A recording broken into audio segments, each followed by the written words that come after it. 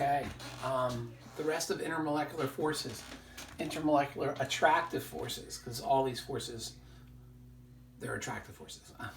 They're not repelling forces. So, in the previous video, we went over hydrogen bonding and dipole-dipole. So now we're going to look at a few others. So I have up here two helium atoms. They're neutral. Helium has 2 protons and 2 electrons. So you would think that they wouldn't attract each other. Well, they actually do, although the attraction's very, very weak. In fact, that's indicated by its boiling point. Helium's boiling point is like 4 Kelvin. So it doesn't take a lot of energy to break the intermolecular forces and get those helium atoms to be gas molecules. But they do attract each other, so I'd like to show you how that's possible.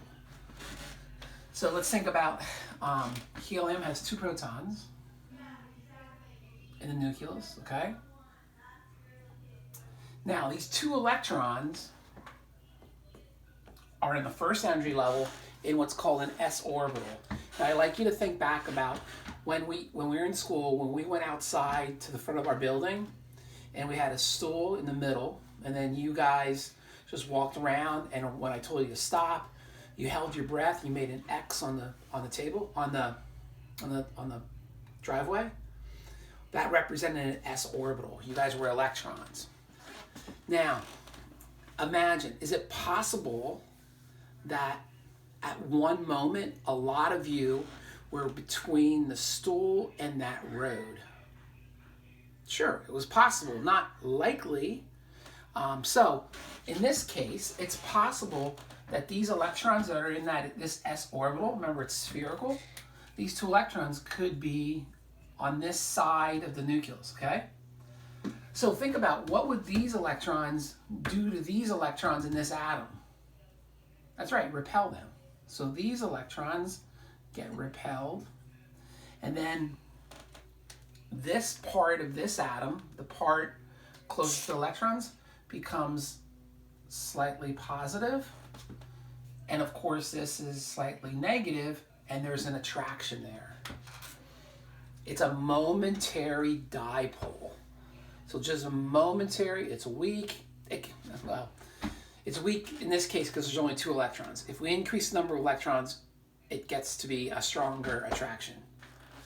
So again, realizing that these electrons are in an s orbital. Remember, an s orbital looks like something like this, right? Spherical.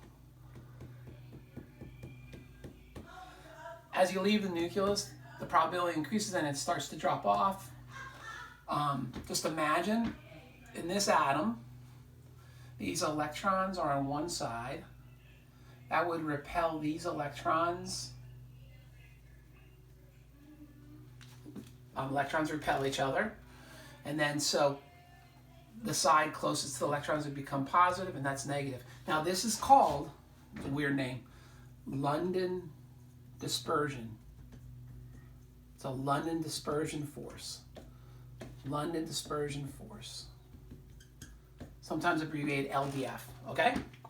Hey, let's look at another example. 2 iodine molecules. Now, iodine is a solid at room temperature. So, the intermolecular force is pretty high. And that's due to all the electrons that iodine has. Iodine has 53 electrons. So we got a lot of electrons, and these electrons can kind of slosh around in the atom. A lot of sloshing going on. And it's possible, momentarily, a lot of these electrons are on this side. So they're sloshing around, they're moving around, these valence electrons are moving around. And then what these electrons would do would push these electrons in this molecule away. And again, making this side partially positive, this side partially negative, and there's an attraction, okay? That's London dispersion. And I want to let you know that London dispersion occurs in all molecules. whether it's polar or nonpolar. All molecules, there's London dispersion. But it's the only intermolecular force in nonpolar molecules. And so far we've talked about, two atoms, and then this is a diatomic molecule. All diatomic molecules, all hydrocarbons, all things that are nonpolar, the only intermolecular force is London dispersion. All right, let's look at this right here, pentane. 2 pentane molecules. Now, I'm leaving out the hydrogens just to make it look simpler. All hydrocarbons are nonpolar because they're just surrounded by hydrogen. And so again, here, it's possible that a temporary dipole is produced, and these guys will attract each other. They can attract each other with what's called London dispersion. Now let's think about a larger hydrocarbon. For example, jet fuel. I think it's around 15 carbons long. So if we have more carbons, I'm not going to necessarily draw 15, but let me just draw a bunch of carbons here.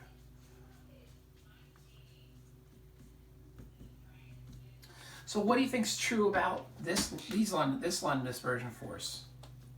There's a lot more surface area, right? So it's greater.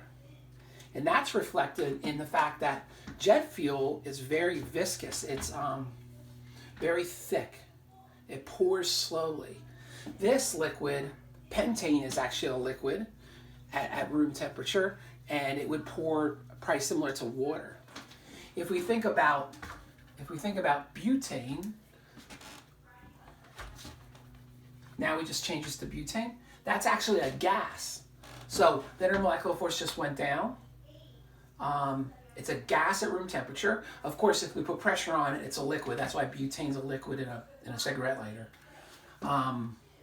So as surface area increases, this London dispersion force increases. It's less likely to boil. It's less likely to evaporate. Okay? All right, 2 more intermolecular forces, 2 more. All right, in a Zoom session, we were talking about how it's possible oxygen is dissolved in water. So we know there's oxygen that can dissolve in water.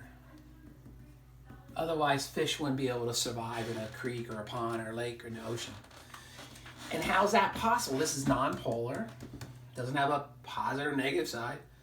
But we know this is polar, right? This has a dipole.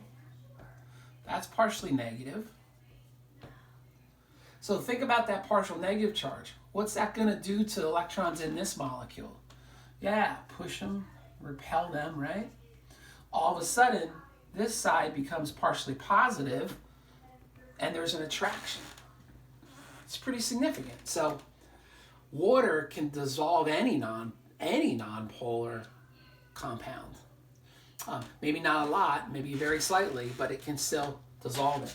This is called Dipole Induced Dipole. So this dipole here,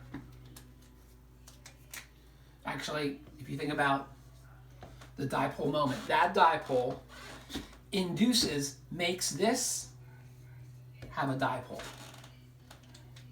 Dipole induced dipole. Induce means to make happen. All right, and now one more. Think about flavored oils. So we can dissolve ions, we can dissolve salt, we can dissolve ions in oil. An ion has a charge, oil doesn't have a charge, it's nonpolar. So this is how this happens. This is how this works. Here's a sodium ion. This represents an oil molecule. Oil is pretty long hydrocarbon. Of course, we have saturated and unsaturated. Saturated fats do not have a double bond. Unsaturated has a double bond. So anyhow, in this case, think about this oil molecule. There are electrons in this oil molecule, right? In all these orbitals. So that's positive. So in this case, electrons can be attracted to this, making this side partially negative. this side partially positive. All of a sudden there's a dipole there, right? This is not a dipole inducing a dipole. This is an ion inducing a dipole. This is ion-induced dipole. All right, so how do nonpolar molecules attract other nonpolar molecules? London dispersion, okay? How is it possible that water dissolves everything? Well, it dissolves nonpolar things by what's called London dipole-induced dipole. And then ions can induce something that's nonpolar to have a charge as well. That's called ion-induced dipole. The more surface area, the more electrons, the more surface area, the greater the London dispersion. That's evident. Let me talk about one more thing. Bromine, Br2. It's a liquid at room temperature. So it's a liquid. So those atoms are, those molecules are free to move, slide past each other more easily than in a solid. So it implies that the attractive forces between bromine molecules is less, and that's because there's less electrons. Less electrons, lower the London dispersion force. Okay, that's that. That's last lesson. Those are 2 videos on intermolecular attractive forces. All right, hope you understand that.